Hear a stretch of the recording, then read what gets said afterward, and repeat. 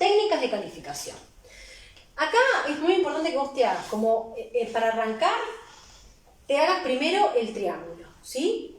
El triángulo con la C como de C de categoría, que pienses que en el subsistema de categorías, imagínate que fuese una bolsa y dentro de esa bolsa hay un montón de triángulos y en cada triángulo tenés una C de cada categoría, ¿está?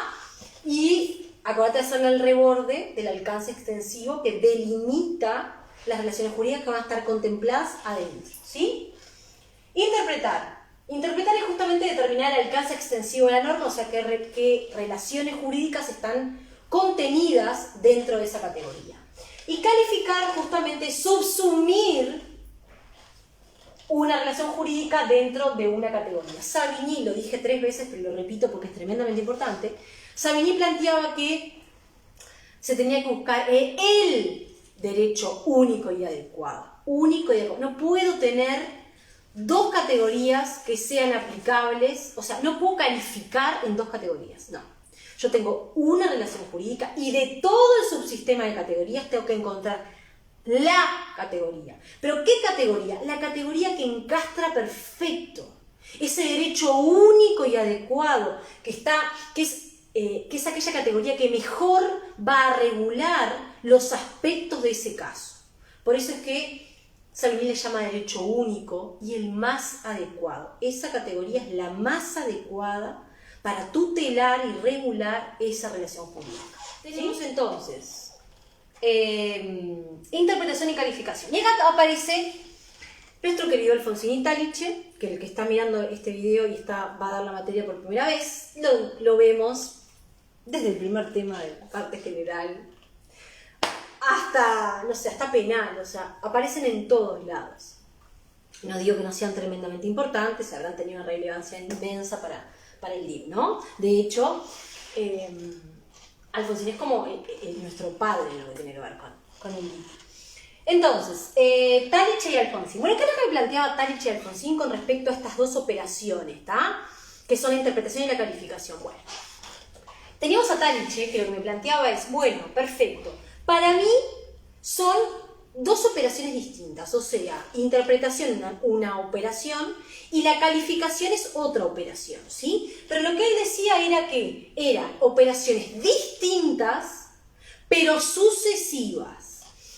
¿Qué implica esto de sucesiva? Decía Taliche, para mí, primero interpreto que el alcance extensivo de la categoría y luego califico. O sea, una vez que determiné el alcance extensivo de las categorías y una vez que ya tengo el panorama completo de dónde podría calificar, subsumo la relación jurídica dentro de la categoría más adecuada. Elijo de todas las que tenía, las que estuve investigando en el alcance extensivo, digo, es esta.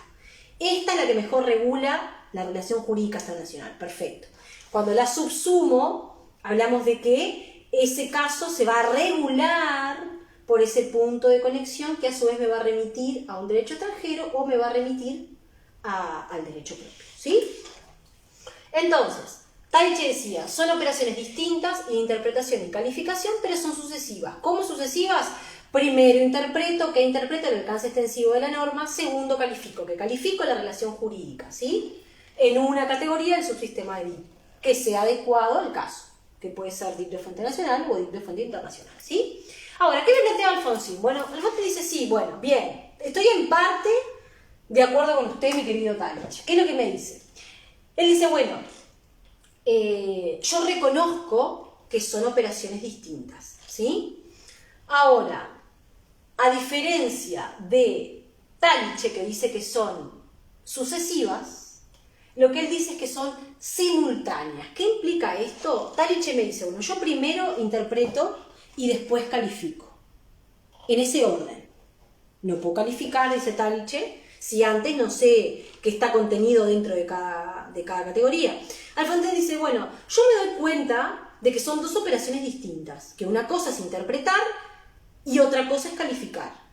Que una cosa es interpretar el alcance extensivo de la norma y otra cosa es calificar la relación jurídica. Ahora, para mí son operaciones simultáneas ¿Qué implica esto? Que yo no me puedo dar cuenta, dice Alfonsín, qué hago primero y qué hago después. Para mí son como dos operaciones que las hago a nivel mental de forma como sistemática, o sea, de forma simultánea.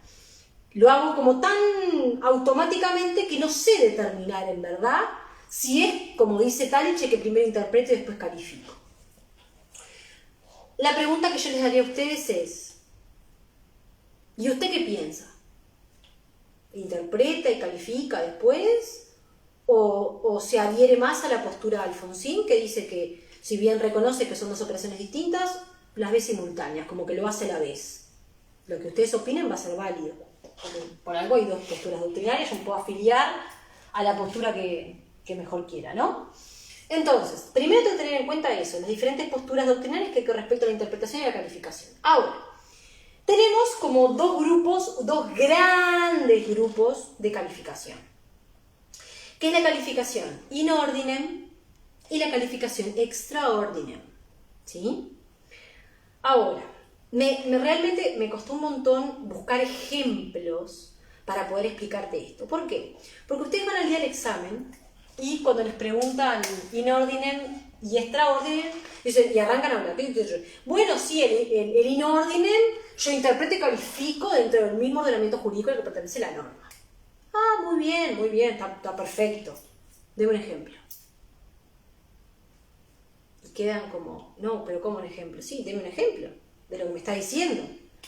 No les sale el ejemplo, supongamos que están súper nerviosos. El profesor les pone un caso para que ustedes digan si es in ordinem o extra ordinem, y tampoco con el caso del profesor se pueden dar cuenta. Entonces, queda la pauta a esto, que este versito que repetimos de se interpreta y se califica dentro del mismo ordenamiento jurídico al que la norma pertenece, lo dicen como de la boca para afuera, pero no lo pueden ver, no pueden ver un ejemplo. Entonces, hoy pensé en buscarte un ejemplo para que podamos ver juntos este tema.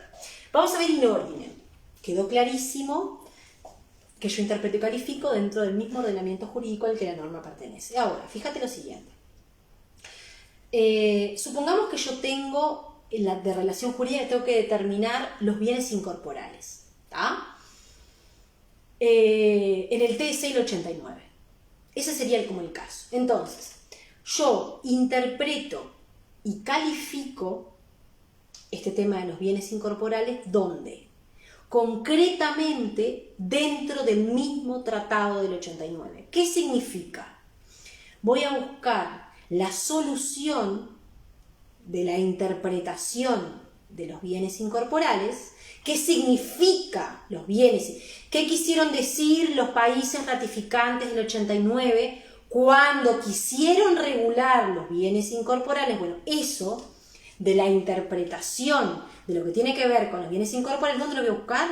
Concretamente lo voy a ir a buscar al TSE del 89. O sea, si tengo que regular una situación de bienes incorporales con Bolivia, ¿a dónde lo voy a ir a buscar? En el Tratado de Derecho Civil del 89. O sea, en el tratado tengo que buscar concretamente cuál es el alcance extensivo, o sea, qué se entiende, qué se interpreta por bien incorporal. Eso significa que yo interpreto y califico dentro del mismo ordenamiento jurídico al que la norma pertenece. ¿Sí? Ahora, vamos a ver ahora el extra ordinem. ¿Sí? El extra ordinem interpreto y califico con otro ordenamiento jurídico al que la norma pertenece. Supongamos, vamos a poner el mismo ejemplo del TSE del 89. Supongamos que yo tengo que determinar domicilio. El domicilio es un punto de conexión jurídico al cual yo tengo que interpretar. Ahora, fíjate lo siguiente. ¿Qué me dice el TSE del 89? En el artículo 5 del TSE del 89, para poder interpretar el punto de conexión domicilio, me remite a el país de la residencia. Para que el país de la residencia concretamente me estipule cuáles son los requisitos que se necesitan para pasar de ser residente a estar domiciliado. Vuelvo a explicarte de otra manera. Si yo tengo que determinar, por ejemplo, el mismo ejemplo del caso anterior, TSE del 89, tengo que determinar el domicilio. ¿Tá? A mí el artículo 5 de este tratado me dice que para yo saber dónde está domiciliada la persona, la norma me remite al estado de la residencia. O sea, que del TDC, del TDC del 89, artículo 5, para saber qué es domicilio, me voy a ir al derecho interno de alguno de los países ratificantes. O sea, yo me voy del DIP de fuente internacional, ¿a dónde me voy? Al derecho interno. Porque me dice, para determinar el domicilio, me tengo que ir a buscar la respuesta, o sea, tengo que ir a fijarme al derecho interno de donde está residiendo la persona, para que ese Estado me diga qué se necesita para estar domiciliado. Por ejemplo, en Uruguay sería la residencia habitual más el ánimo de permanecer. Pero eso de la residencia habitual más el ánimo de permanecer no es parte del TDC del 89, del ordenamiento jurídico internacional. Es parte es parte del derecho interno uruguayo. Entonces, cuando yo hablo de interpreto y califico fuera del ordenamiento jurídico al que pertenece, me voy del tratado a un derecho material de otro Estado. En este caso, supongamos podría ser el derecho material de Bolivia, de Perú, de Colombia, de Uruguay, ¿se entiende? Me voy, por eso es extra ordinem, fuera del ordenamiento. DIP de fuente internacional, tengo el TS del 89. El TS del 89 me remite para interpretar domicilio, me remite ¿a dónde? Al derecho material de la residencia, para que la residencia me diga concretamente qué elementos se necesitan para pasar de ser residente a estar domiciliado. En el caso de Uruguay, ya sabemos que el Código Civil, el derecho interno uruguayo, me estipula que tiene que ser la residencia habitual más el ánimo de permanecer. ¿Se viene entendiendo hasta ahora? ¿Entendieron eso? Esto es sustancial, que yo pueda entender la diferencia entre in ordinem y extra ordinem, ¿sí? Muy importante, muy importante. ¿Los demás entendieron? ¿Se entendió?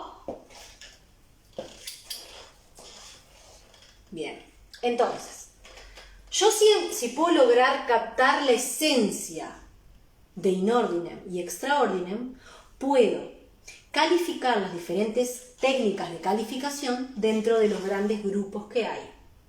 In ordinem y extra ordinem, ¿sí? La primer técnica de calificación que tengo, que se llama técnica de la doble calificación, no está acá, pero te lo voy a explicar como brevemente. La primera calificación sería aquella, por ejemplo, yo tengo un caso, supongamos, con España. Siempre pongo el ejemplo de España. ¿Qué cosa? Yo tengo un ejemplo, supongamos, tengo una relación jurídica con España. Supongamos, no sé, un divorcio, ¿está? Bien, entonces, yo pienso, con España, ¿qué ordenamiento jurídico me vincula? El DIP de fuente nacional. ¿Por qué? Porque yo con España no tengo DIP de fuente internacional con respecto a esto. Entonces me voy al DIP de fuente nacional. En el DIP de fuente nacional, yo busco la norma que justamente me regula aparentemente el divorcio, que en este caso es el 2396, que me dice que el divorcio regula varias relaciones jurídicas, el 2396. Ojo con eso. Que el 2396 me dice que el divorcio se va a regir por la ley del domicilio matrimonial o conyugal, ¿está? Bien, supongamos que las personas están domiciliadas, la pareja estaba domiciliada, supongamos en España.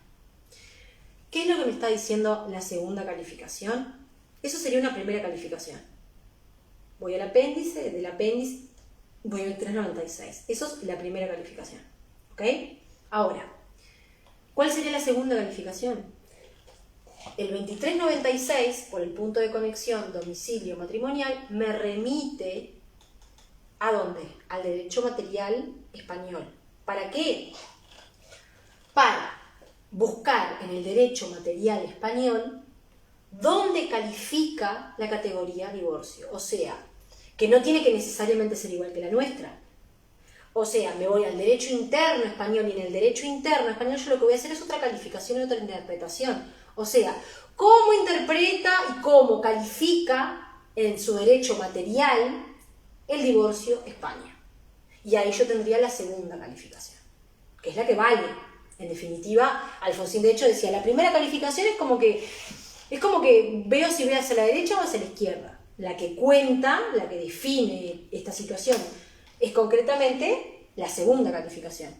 ¿Cómo se va a resolver? ¿Cómo se va a resolver? Según el derecho interno de España. O sea, cómo regula qué elementos se necesitan para que justamente se dé o se pueda tramitar el divorcio.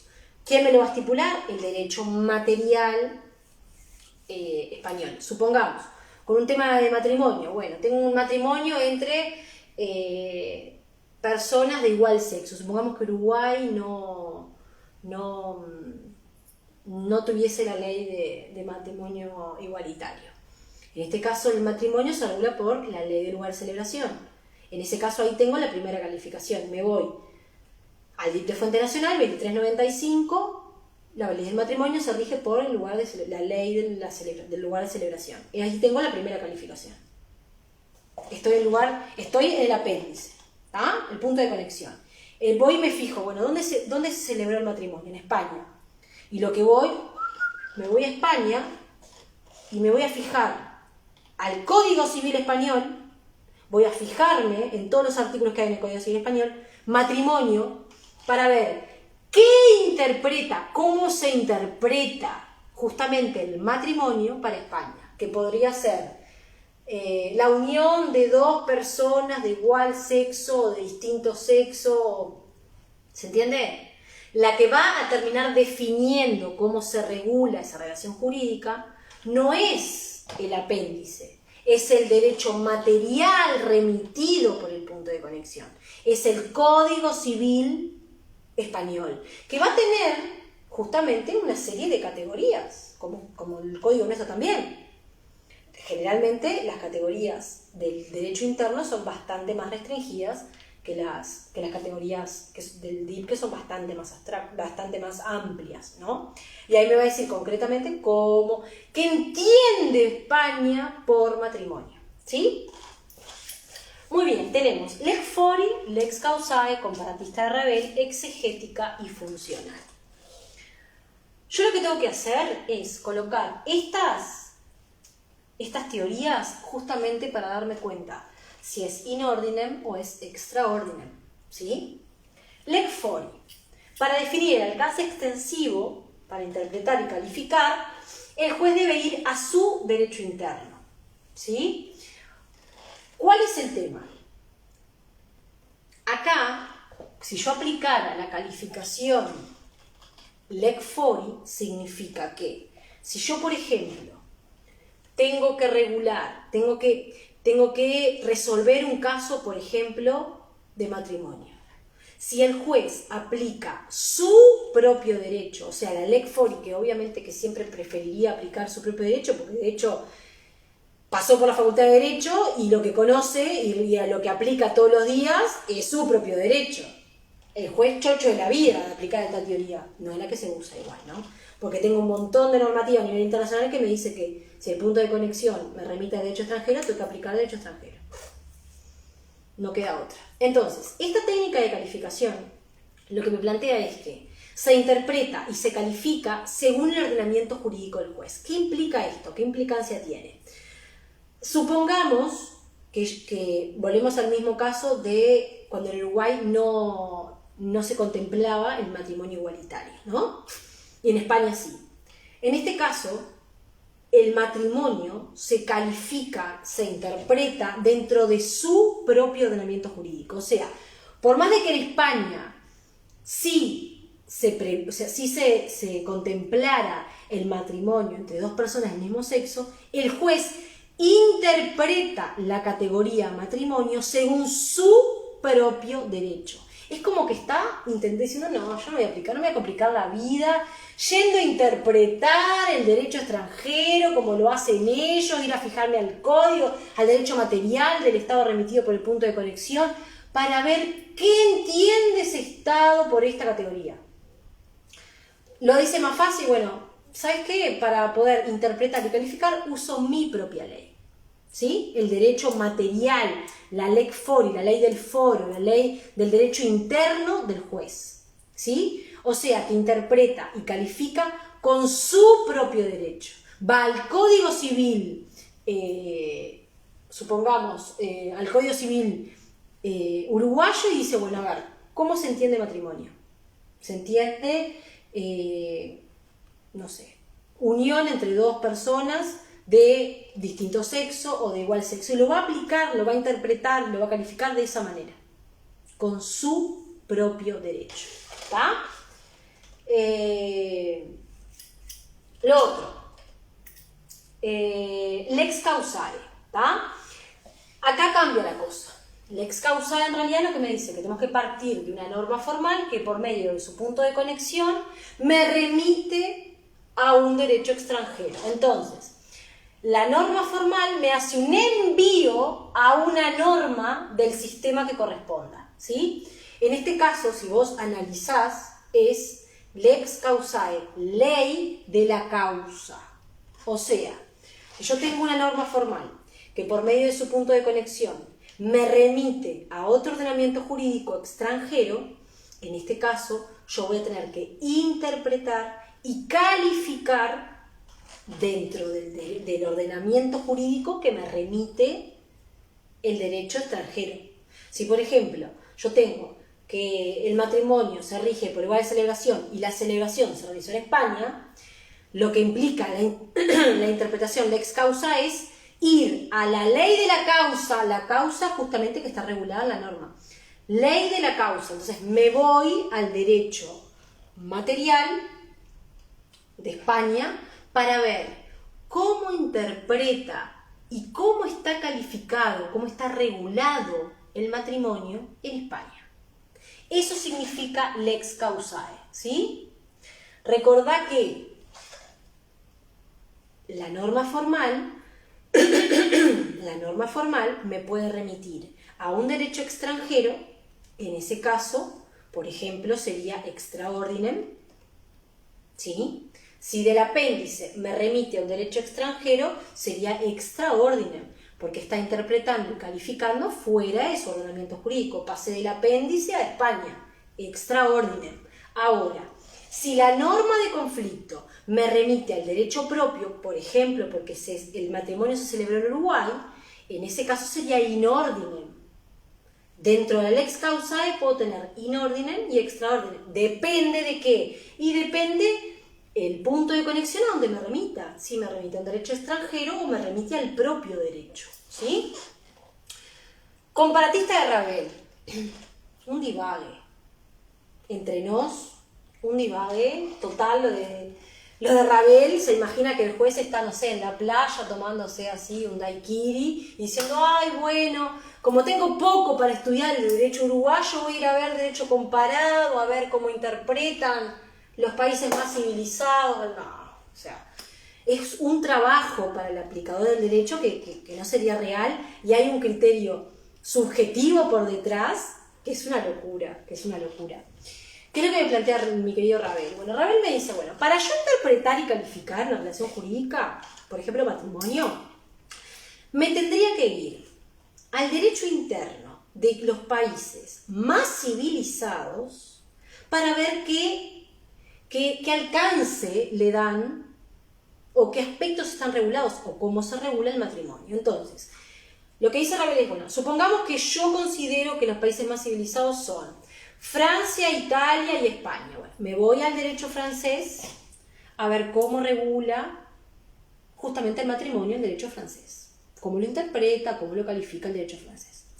Después me voy al derecho italiano para ver cómo regula Italia, cómo contempla Italia el matrimonio.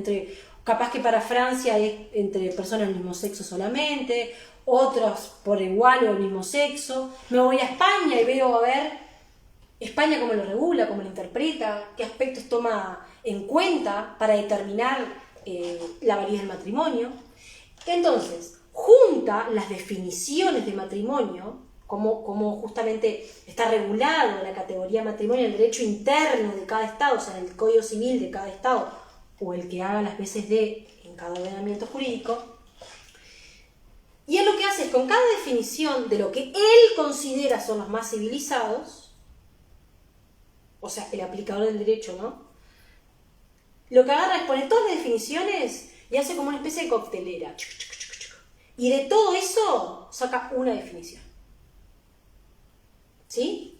De los países más civilizados saca de todo un poquito y saca una definición, y con esa definición es que justamente se va a regular la relación jurídica. ¿Sí? Eso es lo que plantea llegar como a un concepto de una categoría en base a las diferentes conceptualizaciones que tienen los diferentes estados con respecto a la interpretación de cada categoría. ¿Sí?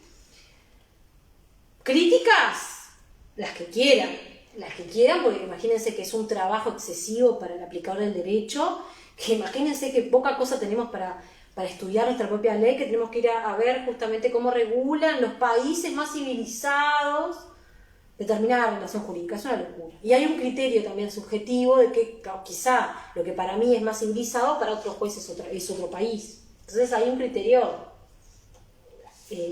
tremendamente subjetivo y muy criticado. ¿Ah? Después tenemos las otras dos, que son la exegética y la funcional. La exegética es la que más recibo tuvo siempre. Por eso es que si a mí me preguntan en el examen la teoría exegética, y yo la realidad es que no puedo no conocer la teoría exegética, porque de hecho es la que se utilizó siempre.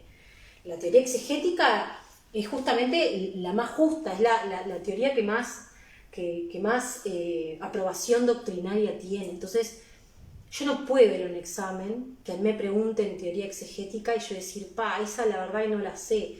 Capaz que si no me sé comparatista de Ravel, bueno, pasa, porque la verdad que poca relevancia práctica tiene.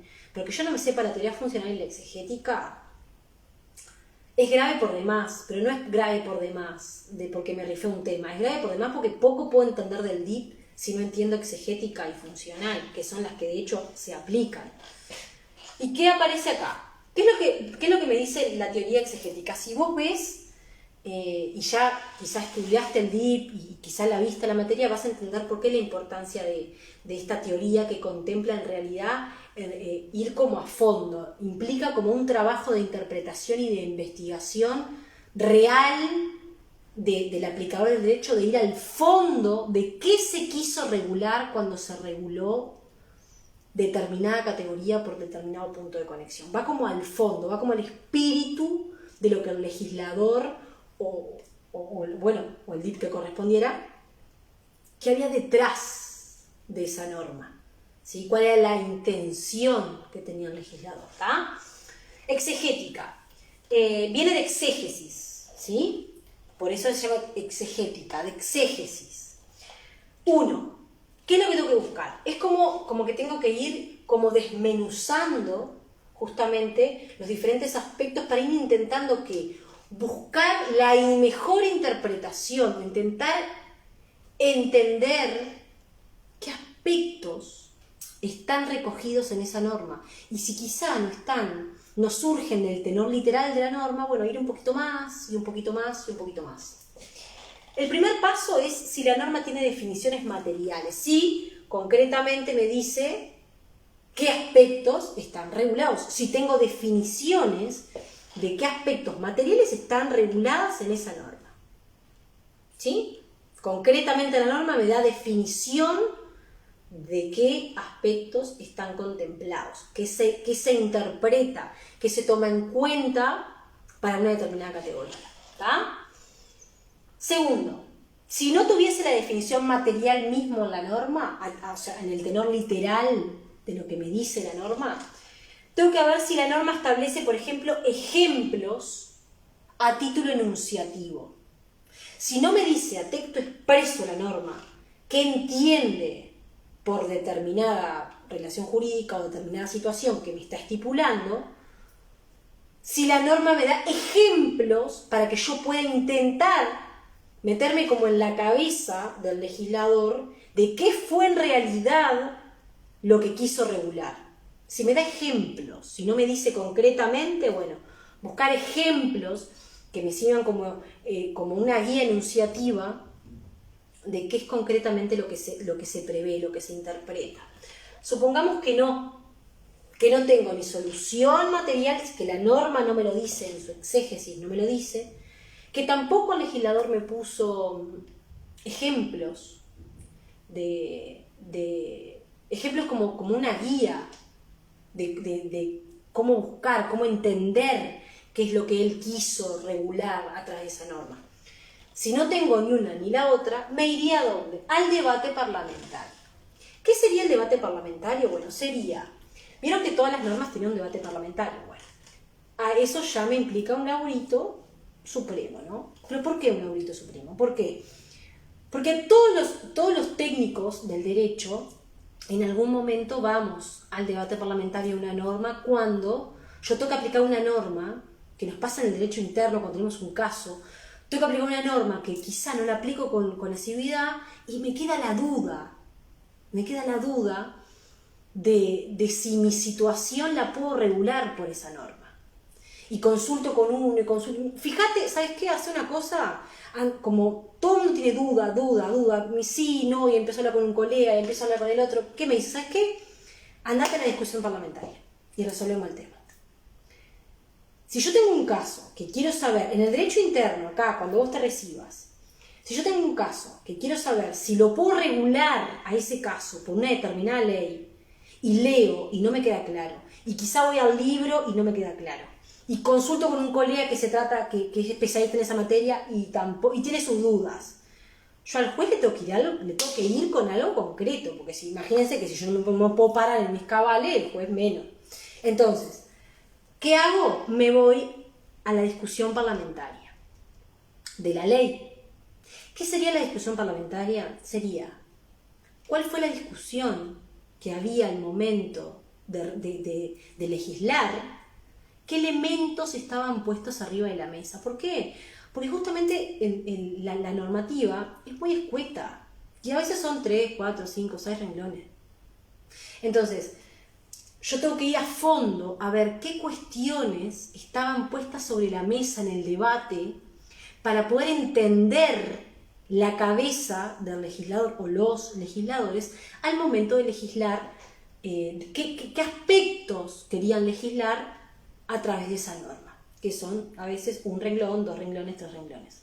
Adentro de esos 2, 3 renglones yo quizá tengo la vida de muchas personas. Entonces, tengo que ir al debate parlamentario para ver qué elementos estaban puestos sobre la mesa, justamente, cuál era la intención del legislador, qué elementos, qué relaciones jurídicas quería regular en esa norma, para que a mí me esclarezca.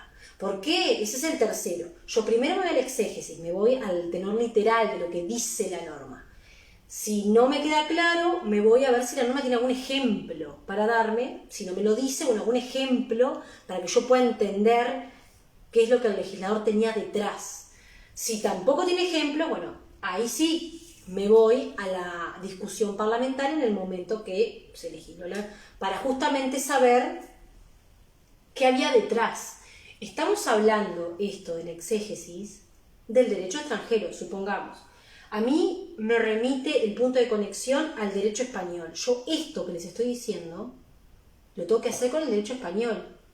O sea, tendría que ir a buscar la norma material del derecho español e ir a fijarme si de la norma material surge qué se entiende por matrimonio. Supongamos que no dice en tenor literal. Voy después a los ejemplos. Si tampoco me queda claro, bueno, voy a la discusión parlamentaria de los españoles al momento que legislaron el Código Civil a ver qué aspectos que tenían en cuenta para considerar el matrimonio. ¿Esto o esto otro? ¿Por qué? Porque el juez necesita tener todos los elementos sobre la mesa para decidir si lo va a calificar dentro de matrimonio o si lo va a calificar dentro de unión concubinaria. Y como lo tiene que hacer según el ordenamiento jurídico que la norma lo remite, necesita saber justamente la discusión parlamentaria que había en la norma que está justamente intentando interpretar. ¿Sí? Se divide en dos. En uno hace analogía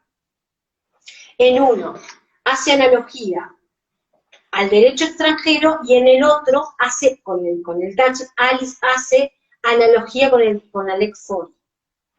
Por eso es uno medio directo y uno medio indirecto. O sea, la base estructural de la exegética es la misma. Son esos 4 pasos.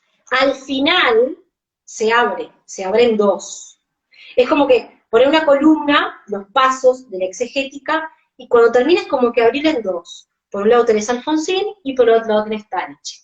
Cuando la analogía se hace con su propio derecho, ahí sería una exegética in ordine. ¿Sí? Porque pasó el apéndice y lo termino resolviendo con el derecho interno uruguayo, in ordine. Ahora, si la analogía se hace con un derecho extranjero, en ese caso sería extraordinario. O sea, ¿qué implica esto? Implica, si yo hago todo el paso a paso, me voy a fijar en la norma y no me queda claro, me voy a fijar si hay enunciaciones y no hay enunciaciones de ejemplo, voy a fijarme a la discusión parlamentaria, tampoco me queda claro. Bueno, ¿qué hace el juez? Bueno, dice, bueno, está perfecto. Lo que hago es una analogía de cómo lo haría el juez acá en Uruguay. O sea, una analogía de cómo lo hacemos nosotros acá. Por ejemplo, hay un caso jurisprudencial muy importante, que es el caso del matrimonio homosexual. En este caso, el juez, utilizando la teoría exegética, tenía 2 opciones. Hizo todo el paso a paso, no le quedó claro, llegó a la última parte, y dice, bueno, hago analogía. Era en el momento en que Uruguay no regulaba el matrimonio homosexual. Todavía no estaba la ley del matrimonio igualitario. Y era una pareja española, casada en España, válidamente casada en España, que quería reconocer su matrimonio homosexual acá en Uruguay. Entonces, el juez hizo el paso a paso, ¿tá? No le quedó claro. Dice, la parte final, analogía con la lex fori, con su propio ordenamiento. Bueno, ¿qué hizo el juez? Dijo, bueno, hice todo el paso a paso, no me quedo con, bueno, tengo que hacer una analogía para resolver el caso. ¿Qué hago? Analogía con la lex fori. En ese momento, el matrimonio era concebido pura y exclusivamente por personas de distinto sexo. Por lo tanto, para el juez era imposible poder calificar esa relación jurídica como matrimonio.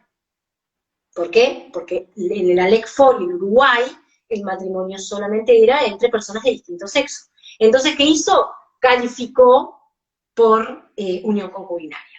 ¿Sí? Eso sería la opción 1. ¿Sí? Sería la analogía con la lex fori. Hacerlo igual como lo haríamos nosotros, con la ley del juez.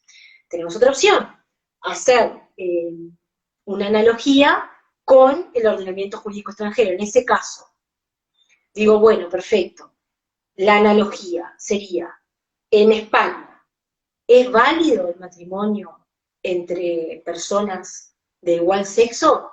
Sí, es válido. Entonces, en realidad, lo tengo que reconocer. ¿Por qué? Porque yo estoy aplicando derecho extranjero, tal y como lo harían los jueces del Estado que ese derecho pertenece. Entonces, cuando hago analogía con lex fori, yo tengo una calificación in ordine, porque me voy del 2395 a la lex fori. Me voy al Código Civil uruguayo, como regula matrimonio el Código uruguayo.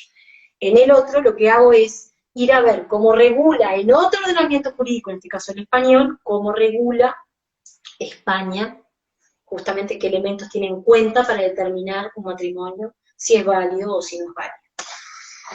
Muy bien, tengan en cuenta eso, que la exegética dentro de la exegética puede ser inordina o extraordinaria según la analogía con qué ordenamiento jurídico la haga, ¿sí? Y después tengo la última, que es la funcional, que es una corriente de interpretación y calificación muy novedosa, muy nueva, que en realidad lo que intenta es como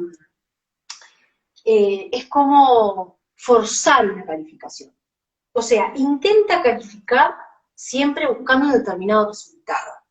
¿Sí? El juez como que como que ese juego que yo les decía de interpretación y calificación, como lo hace funcionar. O sea, intenta buscar dentro del cuadro de categorías realmente cuál es la categoría que en definitiva persigue la justicia para el caso concreto.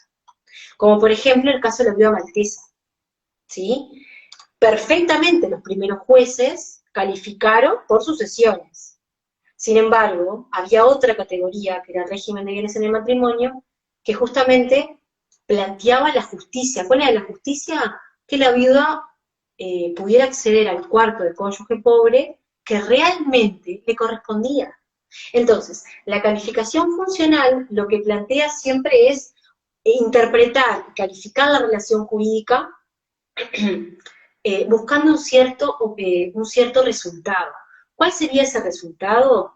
Justamente la justicia para el caso concreto, o sea, llegar a un fallo, dictar una sentencia que realmente sea justa, que realmente regule ese caso de la mejor manera, que proteja, que contemple la situación de la mejor manera, que sí que detrás del fallo haya justicia, no que quede atrapado en el sistema de conflicto, que de por sí es muy rígido, sino que haya como una cierta flexibilización por parte del juez a la hora de calificar, siempre buscando un objetivo, siempre buscando la justicia. Y esto se recoge, tiene un fundamento normativo muy importante, que es el artículo número 9 de la Convención Norma General, que lo utilizamos muchísimo en un montón de categorías, concretamente lo vimos también en parte general, en cuestión previa, pero lo vemos a lo largo de toda la materia.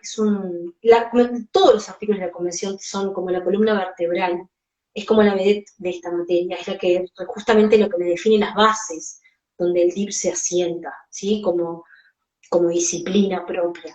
Y lo que me plantea justamente este artículo 9, que recoge el pensamiento de dos angloamericanos, de dos autores de estatutaria angloamericana, que son Carey y Kayvers, que lo que plantea Kayvers es que el juez debe siempre en sus calificaciones, en eso de buscar el derecho único y adecuado, perseguir la justicia para el caso concreto, ¿sí? Que sería, por ejemplo, lo que pasó con la viuda maltesa.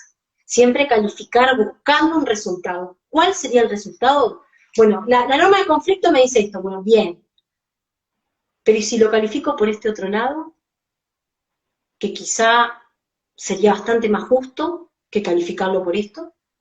Intentar como buscarle la vuelta, como que no sea algo tan como sistemático, algo tan mecánico, que haya un pienso, que haya como una capacidad de involucrarse por parte del operador del derecho, intentando siempre arribar a una sentencia, un fallo judicial justo, que realmente tutele derechos de personas reales. Siempre estamos hablando de casos reales, de personas reales.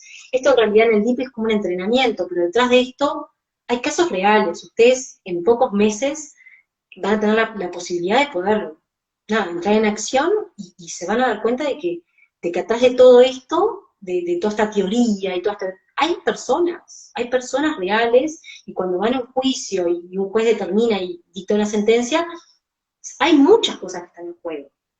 Muchas cosas que están en juego. Entonces lo que plantea Kayvers es siempre que el juez debe perseguir en sus fallos, y antes del fallo perseguir el fundamento de la calificación, siempre calificar entre una opción y la otra, bueno, si tengo esta y esta, bueno, no hacerlo de forma mecánica, buscarle la vuelta para calificar por la relación jurídica que realmente sea el más adecuado, sea el más justo. Y Carey,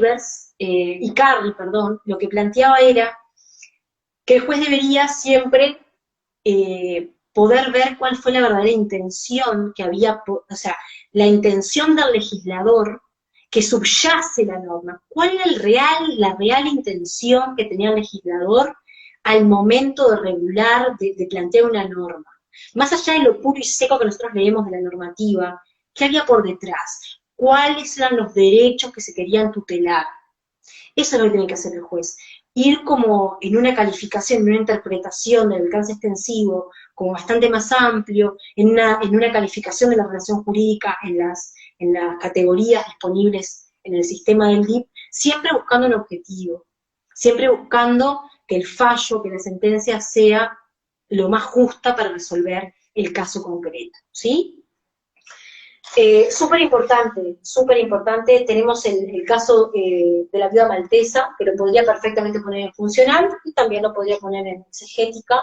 En exegética, importante que se vayan a bajar un caso jurisprudencial uruguayo real del matrimonio homosexual, es muy importante que lo sepan, muy importante que lo sepan. Y el caso de la viuda maltesa no me detengo en eso porque hay un video concretamente que habla solamente de este caso, ¿sí? Entonces, ¿qué es lo que tengo que saber de calificación? Primero, resumiendo, tengo que poder darme cuenta de que calificación no es un tema de los tantos que yo estudio, como medio así en parte general, que no tengo mucha idea de qué tiene que ver. La calificación es la vedette de la materia. La calificación funciona porque hay una norma de conflicto. Si no hubiese norma de conflicto, no existiría una calificación. Por eso es que solamente calificamos DIP, no calificamos en ninguna otra rama del derecho. Es muy importante que yo lo pueda darme cuenta dentro de dónde lo encuentro, en nomología dinámica, qué elementos están justamente integrando la nomología dinámica, la aplicación de derecho extranjero, la integración, la interpretación y la calificación, qué es una interpretación, qué es una calificación, cómo es que funciona en la práctica, lo que tiene que ver con los dos grandes como bloques de calificación, calificación in ordinem y extraordinem, y poder explicar qué implicaría, más allá de que lo diga de memoria, que pueda explicar qué es una in ordinem, que pueda explicar qué es una extraordinem, y que pueda aplicar las diferentes técnicas de interpretación y calificación, como es la técnica de la doble calificación, la técnica lex fori, la lex causae, la comparatista de Ravel, la exegética en sus dos variantes, digamos, entre la facilitarice, y la calificación funcional, y que puedo poner ejemplos. Ejemplos, como te dije, puedo tener el leading case de la viuda maltesa, en exegética puedo tener el caso jurisprudencial uruguayo del matrimonio homosexual. Como verán, es un tema que podemos hablar horas, 2, 3, 4 horas, solamente de este tema.